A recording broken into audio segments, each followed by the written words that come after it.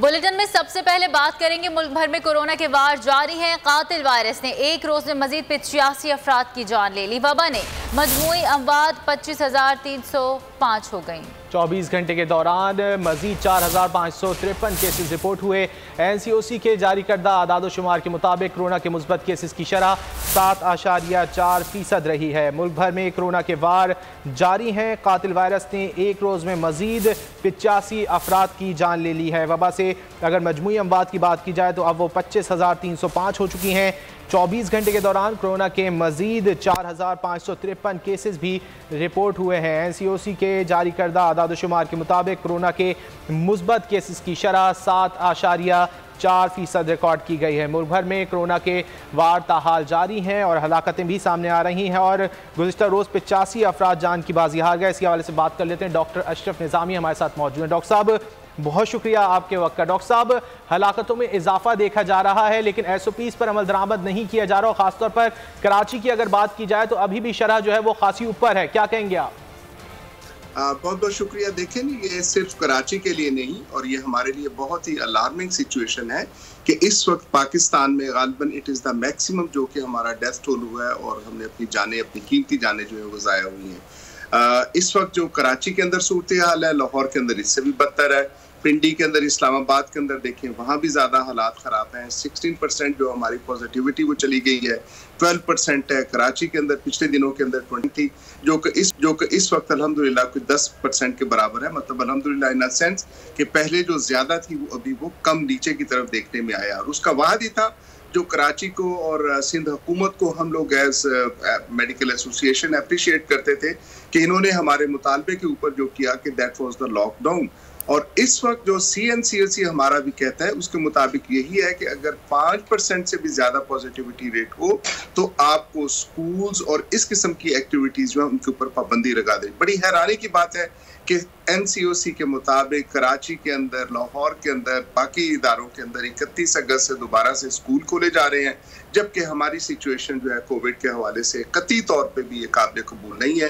And it is very alarming situation कि death toll हमारा जो इतना ज्यादा गया। लेकिन डॉक्टर साहब, जवाब ये पेश किया जा रहा है कि दीगर सरगर्मियां भी तो जारी हैं, तो स्कूल क्यों ना खोल दिए जाएं? हम देखें, इससे पहली लहर के अंदर भी डे 1 के अंदर जो लास्ट ईयर मतलब 2020 के अंदर मार्च के अंदर हमारे यहाँ जो केसेस आए थे तो हुकूमत की तरफ से यही बयानिया था और अनफॉर्चुनेटली प्राइम मिनिस्टर साहब का भी यही कहना था कि हमने लॉकडाउन नहीं करना और चूंकि सारी दुनिया मईशत हमारी चलेगी, जबकि मैं समझता हूँ कि इसका कतई तौर पर जिंदगी के साथ और उस वबा के साथ कि जब हो तो ये अप्रोच जो है ठीक नहीं है। पहली वेव के अंदर चूंकि हमने बेहतर लॉकडाउन किया, लोगों ने बिहेव किया, हमारी एजेंसीज ने बिहेव किया और हमने अल्हम्दुलिल्लाह अल्लाह की मतलब करम नवाजी के साथ उसके साथ हम अच्छे रहे। और यही वजह है, one of the major reasons और भी है अल्लाह की करम नवाजी के बाद अगर है तो यही था कि हमने लॉकडाउन जो बेहतर और मौसर के इस मुल्क के अंदर और हम खित्ते में बाकी ममालिक से बहुत हद तक बेहतर है। लेकिन अभी आप जैसे देखा कि SOPs के ऊपर, और आपने बिल्कुल दुरुस्त कहा कि SOPs के ऊपर कतई तौर पे कोई अमल नहीं हो रहा, ना तो हुकूमत की तरफ से, ना अपोजिशन की तरफ से, ना मुआशरे की तरफ से। और अभी ये उसी का ही मैं समझता हूँ शाखसाना है कि आज हम पॉजिटिविटी और ईद के ऊपर आपने देखा कि ईद के साथ जो था पहले कराची के अंदर 24% हो गया, लाहौर के अंदर 18-20% को जाके छू लिया और आज भी कराची 10+ के ऊपर है, लाहौर 12+ के है, गालिबन पिंडी पेशावर के अंदर 16+ के ऊपर हम जा रहे हैं। तो ये सूरत हाल बहुत नाजुक और खुदा ना करे और आपको मालूम है कि हम जिस इस वक्त वायरस से गुजर रहे हैं जो म्यूटेशन के बाद आई है, this is the delta virus और दुनिया के अंदर इसने बड़ी अलार्मिंग सिचुएशन क्रिएट की है। एंड ये delta virus is the virus जो कि बाकी वायरसेस की जगह के ऊपर 200% जो ये तेजी के साथ फैलता है। तो खुदारा ये के SOPs के ऊपर अमलदारी और एक जो चीज अभी मतलब मैं भी आप इसका भी तस्करा करने चाहता होंगे कि कोविड की खातिर जो हम पहले SOPs में कहते थे कि मास्क पहने, हाथ धोएं, सोशल डिस्टेंसिंग रखें, इसके साथ जो इस डेल्टा वायरस से बचने की खातिर जो जरूरी है that is the ventilation mean by के भी गर्मी है, हम AC के अंदर रहते हैं तो उनको जो है ज्यादा बेहतर है कि आप खिड़कियां, बसों के अंदर जाते हैं तो उसकी खिड़कियां खोल के रखें ताकि इसकी जब क्रॉस वेंटिलेशन होगी तो उससे हम बेहतरी की तरफ जा सकेंगे। अच्छा डॉक्टर साहब, वैक्सीनेशन की बात करें तो अभी तो अवेयरनेस बहुत बड़ी है लोगों में और लोग वैक्सीनेटेड भी हो रहे हैं, तो लोगों में ये भ्रम पाया जाता है कि जब वैक्सीनेटेड हो गए हैं तो SOPs पर क्यों अमल करना इतना ज़रूरी है? ये देखिए, ऐसे ही है कि जब आप समझें कि आपने छतरी ले लिया तो हम मतलब बांदी तूफान के अंदर जाने से हमारे ऊपर तो कोई असर ही नहीं होगा। वो छतरी पूरी तरह से आपको कवर नहीं करती। एक चीज बड़ा मैं आपसे शेयर करूं कि जब यूके के अंदर, बर्तानिया के अंदर जब पिछली लहर उनके साथ आई थी, बदतरीन लहर जो आई थी, एक दिन के अंदर उनका मैक्सिमम अबाउट 60,000 के ऊपर गया था। इस वक्त जो डेल्टा वायरस, जो इंडियन वायरस वहां पे आया, तो उसके अंदर उनका जो पर डे केसेस आए वो 35 से 40 हजार के करीब गए हैं।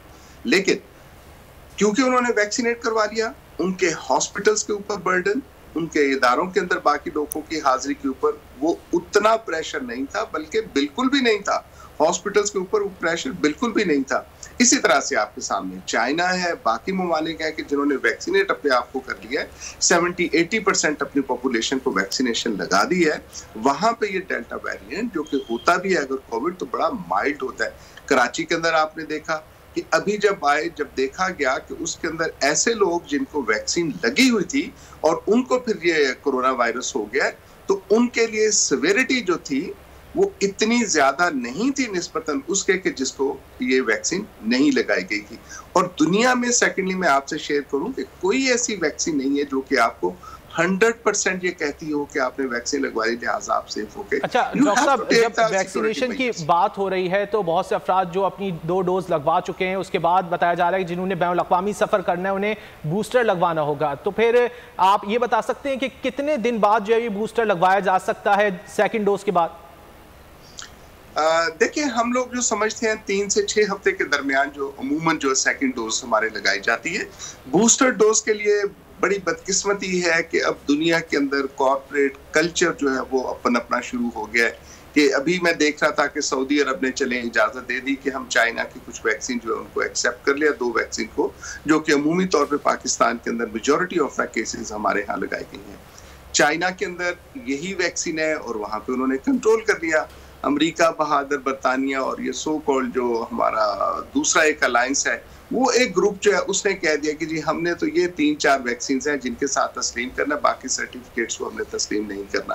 तो as far as booster is concern, तो 3-4 हफ्ते के बाद बूस्टर डोज लगवाई जा सकती है। और ये बूस्टर नहीं है, ये अमूमन वो वैक्सीन है जिसका सर्टिफिकेट वो लोग पसंद करते हैं या जिसको एक्सेप्ट करते हैं। तो इस हवाले से ये बदकिस्मती है और WHO ने भी इसके बारे में स्टेटमेंट दी है कि ये जो इससे पोलराइजेशन है, एक कोल्ड वॉर का एक नया जो तरीका है कि इसको खत्म होना चाहिए and we have to accept the vaccines जो कि WHO ने एक्सेप्ट की है। तो हर मुल्क को अपनी जो है इसके अंदर साइंस नहीं करनी चाहिए for the sake of facilitation, for the better understanding कि जो मर्ज है, जो वबा है, ये सरहदें नहीं देखती, बल्कि इंसानियत के नाते से हमें चाहिए कि पूरी दुनिया एक पेज के ऊपर आए और ये जो वबा हमारे साथ फैली उसके साथ ये बेहतर तरीके से लोगों के लिए आसानियां पैदा कर सके। ठीक है, कोरोना की मौजूदा सूरत हाल पर डॉक्टर अशरफ निज़ामी बोल न्यूज़ से गुफ्तगू कर रहे थे।